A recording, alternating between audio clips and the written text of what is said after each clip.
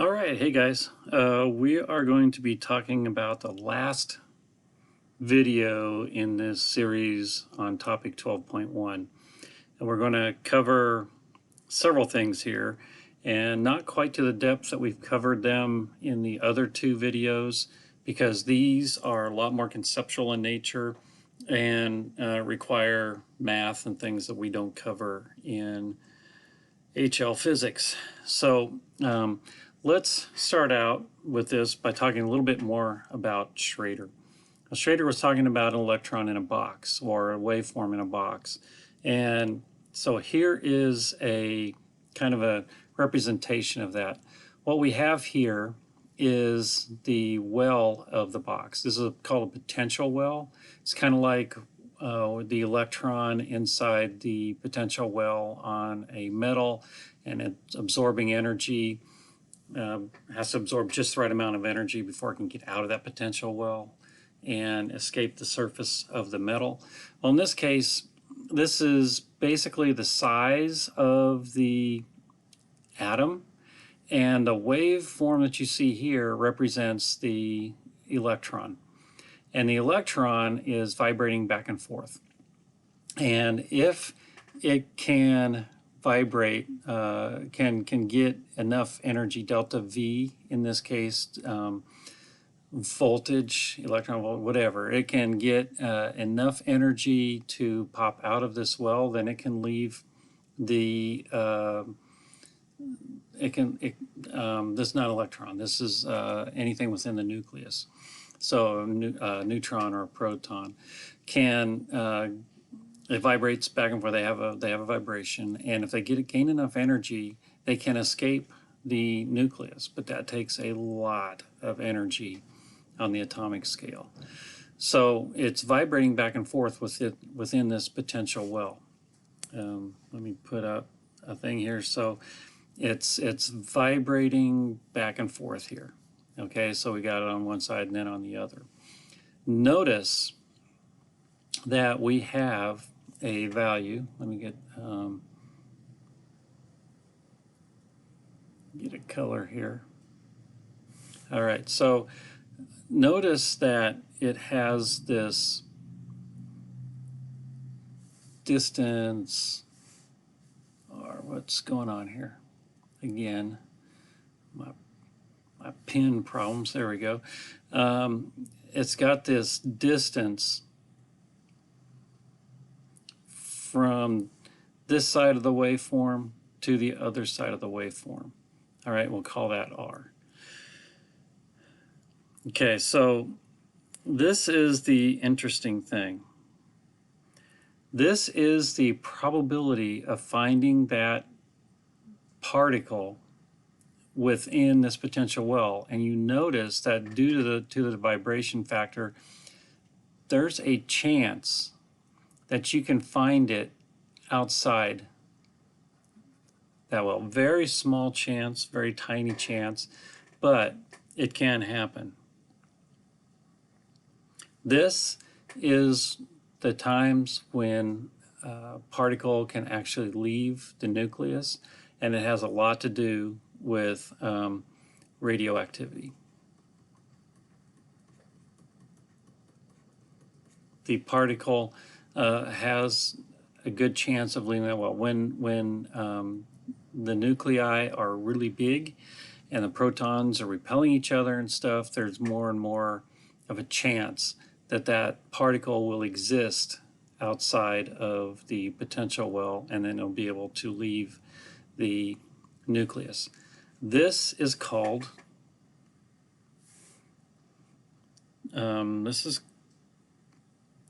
tunneling. And it's the key to radioactivity, key to decay, I should say, decay. Things leaving the nucleus. Okay. So that is tunneling. That's basically all I wanted to say on tunneling, and explain what that is. It's kind of a strange concept, but when you understand that particles have a wave nature, there's a chance that that wave exists outside of the energy requirement for the particle to leave the nucleus, and there it goes. All right, it's quantum tunneling. Strange concept, but there you go. Okay, so let's move on to the Heisenberg uncertainty principle. A lot of people are familiar with Heisenberg because of Breaking Bad, and a lot of people actually know Heisenberg's uncertainty principle, which is basically you can't know both an object's momentum and position at the same time. And the reason for that is when you get down to those small, tiny particles, and we're talking about they change energy level as they absorb light or a photon. Well, how do we detect an object, a particle? We do some kind of electromagnetic radiation on it. We either shine a light on it and it absorbs the photons, or we put it in an electromagnetic field and it reacts to that. So just by the act of measuring it, you're changing its momentum and or its position. You can shine a photon on it, know exactly where it absorbed that photon, but it's changed its momentum and it's not there anymore. Or you can measure over time its momentum, but you'll never know exactly where it is. It's just, they're too small. Now this same property exists for things that are bigger than the subatomic level, because we have wave properties ourselves. It's just that the uncertainty in our position or in our momentum are so much smaller than we are that it's not really measurable. So it's just really measurable in the subatomic particles. Okay, so stated mathematically, Heisenberg's uncertainty principle is delta x delta p equals h over 4 pi. And it's also stated delta E delta T equals h over 4 pi. So one is energy and one is position. And in this case, delta is not a change, but it's the uncertainty.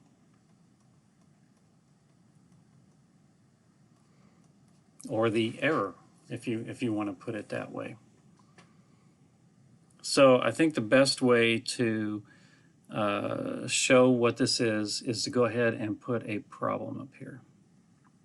All right, so here's an example. An electron and a jet fighter are observed to have equal speeds of 500 meters per second, accurate to within 0.0200%, to within 0.02%. What is the minimum uncertainty in the position of each if the mass of the jet is 1 metric ton? 1 metric ton is 1,000 kilograms, okay? All right, so let's write down what we know. We know the constants here, okay? We know what those are. We are given a velocity, and within that velocity, the error is 0.0200%. Our velocity is 500 meters per second, and this is for both of them. Both the electron and the fighter jet are moving at 500 meters per second. Okay, so I wrote this wrong. This is not delta V. We're going to calculate what that is. This is just the plus or minus, all right, the error. All right, so delta V is equal to the error.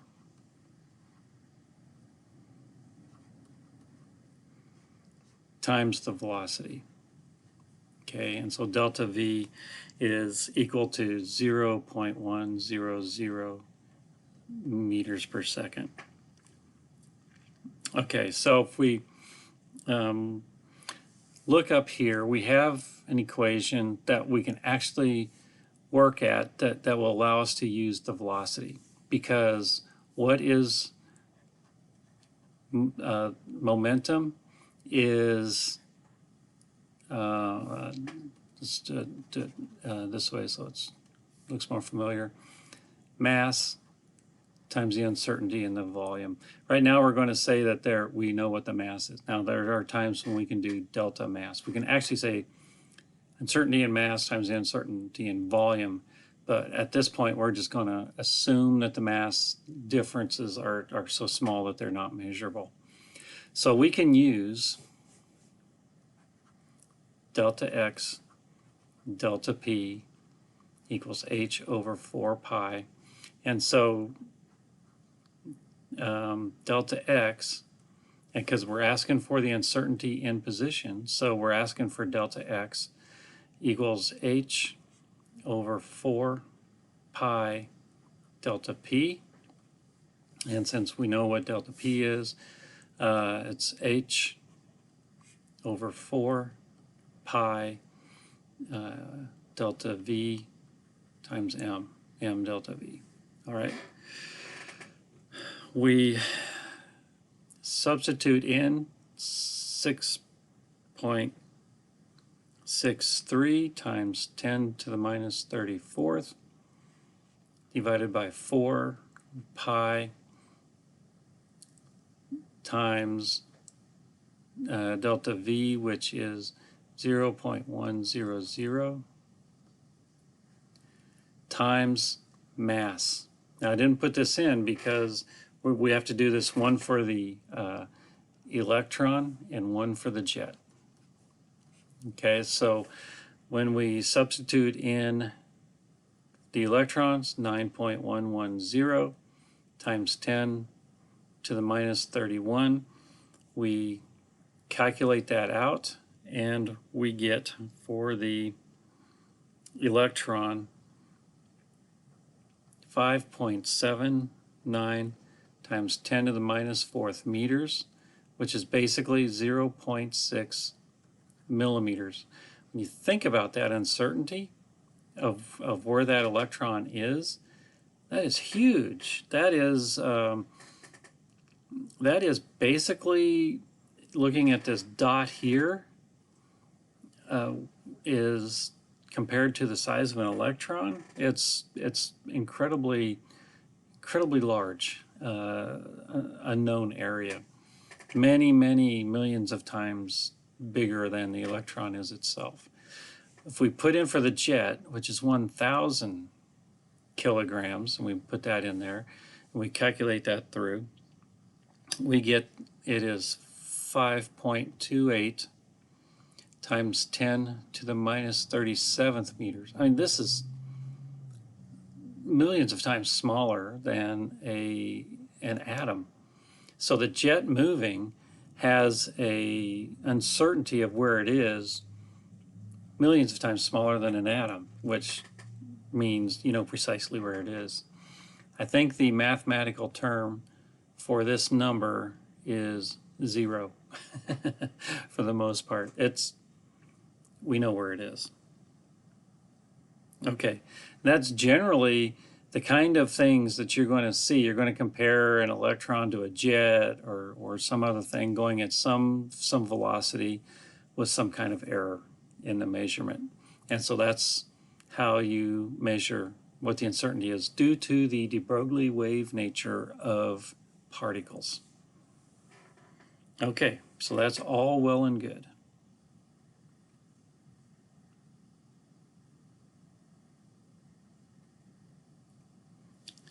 Okay, let's talk about something completely different. Now let's talk about matter and antimatter. So we have let's say a proton, be a plus, and we have an antiproton. And they always put not always, but in IB's case, they put a line over it to mean antiproton. We don't really use the plus. Just that fact tells us this is a regular proton. and an antiproton. Okay, so when a proton meets an antiproton, they annihilate each other. They're exactly the same characteristics except opposite charges.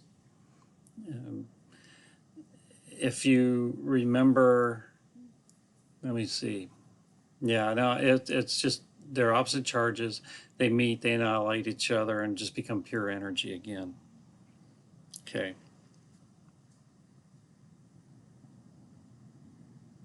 So there is an equation that talks about a proton and an antiproton meet. They come together, they touch. How long?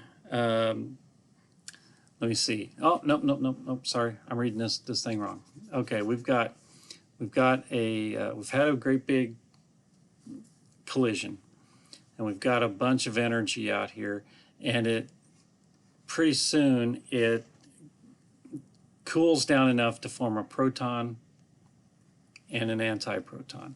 How long will these two exist before they annihilate each other? Interesting question. So we start this out, E equals mc squared. Let's find out how much energy is involved in this. We're finding the energy because we're using the Heisenberg uncertainty principle to figure out the time. So if we find out the energy, we're well on our way.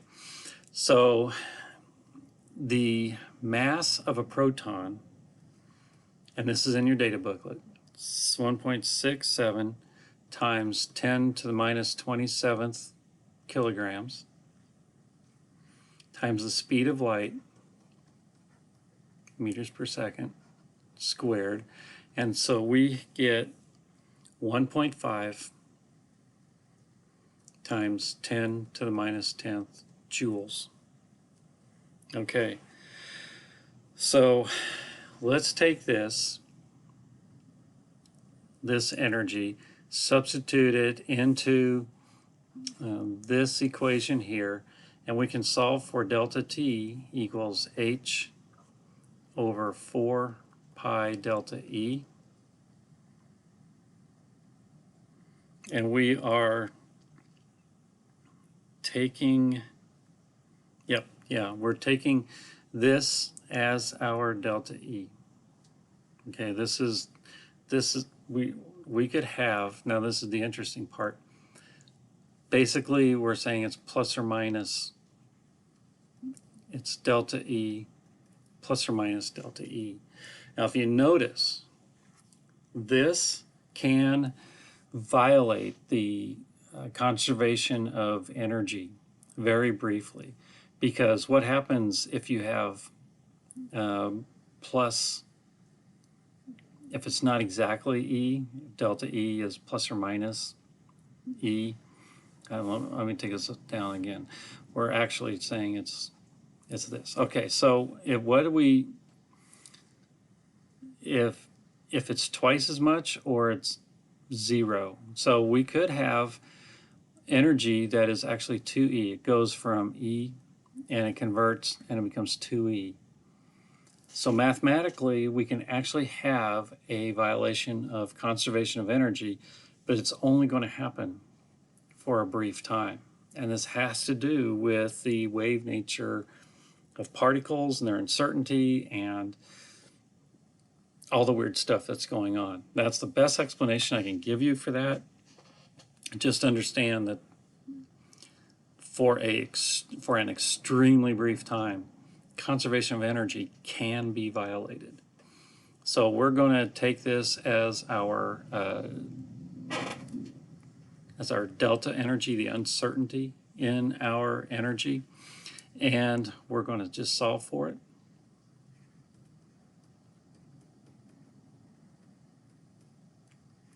Divided by 4 pi, and the energy, is 1.50 times 10 to the minus 10th.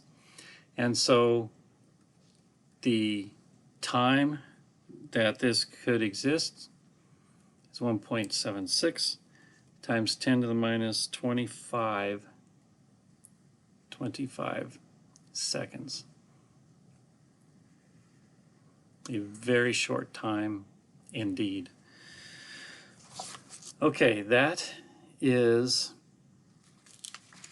the everything I wanted to cover with you. Very, very brief video compared to the others. Not quite as intensive on the deriving of the math or understanding the concepts, but kind of touching very high level on these concepts with some examples of some problems that you can work with these for. The main thing to remember is the Heisenberg uncertainty principle and the equations that go along with it. Let me go back to here. These two equations. Yeah, no, I'm not on the right one. So here we go. All right, so here we go. These two equations are key to all of that. All right, that's it for topic 12.1. Go over this as many times as you need. Honestly, reading the book, especially after having watched these videos, should really solidify in your mind these concepts. Whether you understand the whys and the hows of what's going on, it doesn't matter. Even particle physicists don't really always understand the whys or anything at this point.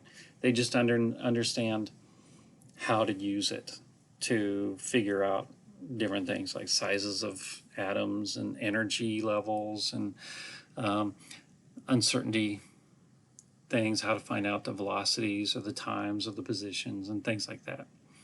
All right, we'll move on to topic 12.2 and I'll talk to you then. Bye.